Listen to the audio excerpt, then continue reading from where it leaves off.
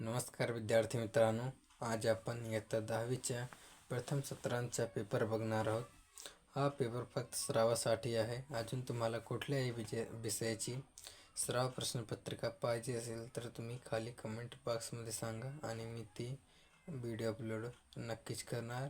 आणि जास्तीत जास्त हा व्हिडिओ आपल्या मित्रमैत्रिणींना शेअर करा. चला तर आपण पेपर बघूया. हा पेपर एकूण 40 गुणांचे आहे आणि वेळ 2 तास आहे.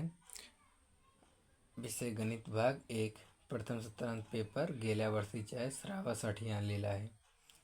पहिला आहे खालील प्रश्नांसाठी उत्तरांच्या अचूक पर्याय निवडा. पहिला, GSTIN मध्ये एकूण अंकाक्षरे असतात. किती अक्षरे असतात ते तुम्हाला इथे लिहायचे. दुसरा आहे जर n ब्रॅकेट a बराबर 2 p ब्रॅकेट a बराबर 1/5 तर NS बराबर किती ते तुम्हाला इथे लिहायचे आहे. आणि तिसरा आहे की दिलेल्या अंकगणित श्रेणी T7 बराबर 4 आणि D बराबर -4 तर A बराबर किती हे तुम्हाला इथे लिहायचे आहे. आणि चौथा आहे 4x अधिक 5y बराबर 19 चा आलेख काढण्यासाठी x बराबर 1 असताना y ची किंमत किती हे तुम्हाला लिहायचे आहे.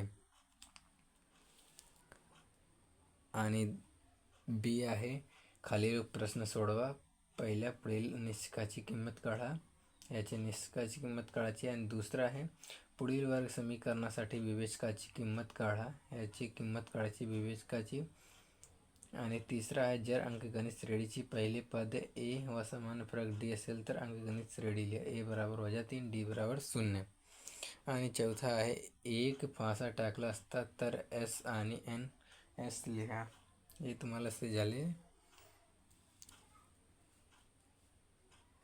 आणि प्रश्न दुसरा आहे खालील कृती पूर्ण करा. कोणतेही 2 रिकाम्या जागी योग्य अंक लिहा. रिकाम्या जागी योग्य अंक लिहायचे आहेत.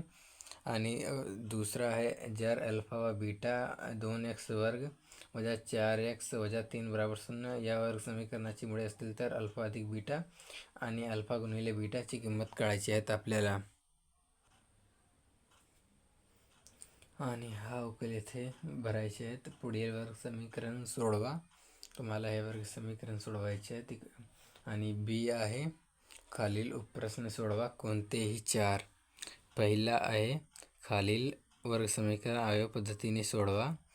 2x वर्ग अधिक x वजा 20 बराबर 0. आणि दुसरा आहे विवेचकाच्या किंमतीवरून खालील वर्ग समीकरणाची मुळांची स्वरूप ठरवा. ह्या समीकरणाची मुळांची स्वरूप ठरवायचे आहेत. आणि तिसरं आहे की खालील अंकगणिती श्रेणीतील 19वे पद काढा. 7, 13, 19, 25 आहे. आणि चौथा आहे एका वस्तूवरील CGSTचा दर 9% असेल तर SGSTचा दर किती तसेच GSTचा दर किती हे तुम्हाला काढायचे आहेत. आणि पाचवा आहे 2 नाणी फेकली असतं तर खाली घटनांची संभाव्यता काढा. एकही छापा ना मिळणे. आणि तिसरा आहे प्रश्न खालील कृती पूर्ण करा.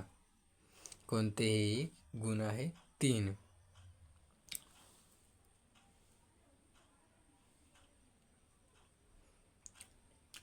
हा समीकरण बघायचे आणि जे रिकाम्या जागी आहेत ते तुम्हाला इथे भरायचे आहेत. इथे इथे इथे इथे आणि इथे तुम्हाला भरायचे आहे. असे तुम्ही भरलं असतं तर तुम्हाला 3 मार्क्स मिळतो. आणि XYची हा उकलल्याचे मागच्या प्रश्नाची जी समीकरण होता. आणि दुसरा आहे 1 व 40 यांच्या दरम्यान 4ने भाग जाणाऱ्या नैसर्गिक संख्यांची बेरीज किती आहे हे करण्यासाठी खालील कृती पूर्ण करा. 1 व 40 यांच्या दरम्यान 4ने भाग जाणाऱ्या संख्यांची तुम्हाला हे रिकामा जागा भरायचे आहे. आणि B आहे खालील उपप्रश्न सोडवा. कोणतेही 2.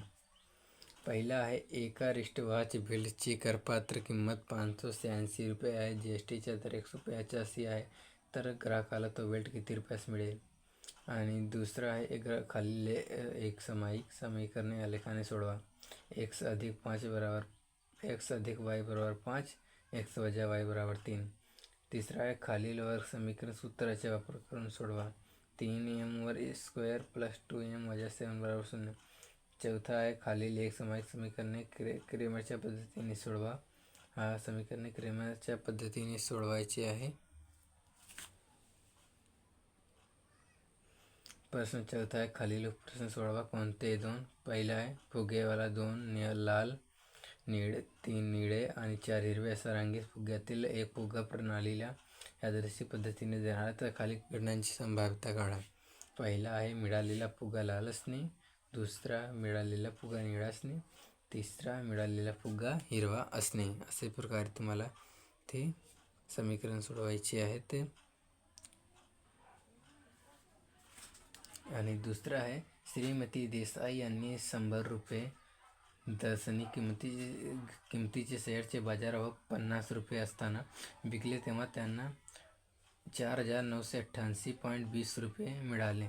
दलालीचे दर 0.2% व दलालीवरील GSTचे दर 18% आहे. तर त्यांना किती शेअर्स विकले ते काढायचे आहेत आपल्याला. आणि तिसरं आहे 460 या संख्येला एका नैसर्गिक संख्येने भागल्यास भागाकार भाजकाच्या 5 दुपटीपेक्षा 6ने अधिक येत असून बाकी 1 ते तर भागाकार व भाजक किती हे तुम्हाला काढायचे आहेत. आणि प्रश्न 5वा आहे की खालील प्रश्न सोडवा. कोणते एक गुण आहे 3. खालील एक सामायिक समीकरणे सोडवा. हा तुम्हाला समीकरण सोडवायचे आहे. 2/x - 3/y = 15, 8/x + 5/y = 77 हा आहे समीकरण. आणि दुसरा आहे खालील समीकरणांची मुळे वास्तव व समान असतील तर ची किंमत काढायची. 3y² + ky + 12 = 0 हा तुम्हाला मुळे वास्तव समान असतील तर ची किंमत तुम्हाला काढायची आहे. हा प्रश्नपत्रिका इथे संपलेली आहे. अजून तुम्हाला कुठल्याही प्रश्नपत्रिकेची पाहिजे असेल तर तुम्ही खाली कमेंट बॉक्समध्ये सांगा आणि जास्तीत जास्त हा व्हिडिओ शेअर करा. आणि कमेंट बॉक्समध्ये सांगा कसे व्हिडिओ तुम्हाला वाटला. चला मिळूया कुठल्याही नेक्स्ट व्हिडिओवर. Thank you for watching my video. Best of luck परीक्षेसाठी. थँक्यू.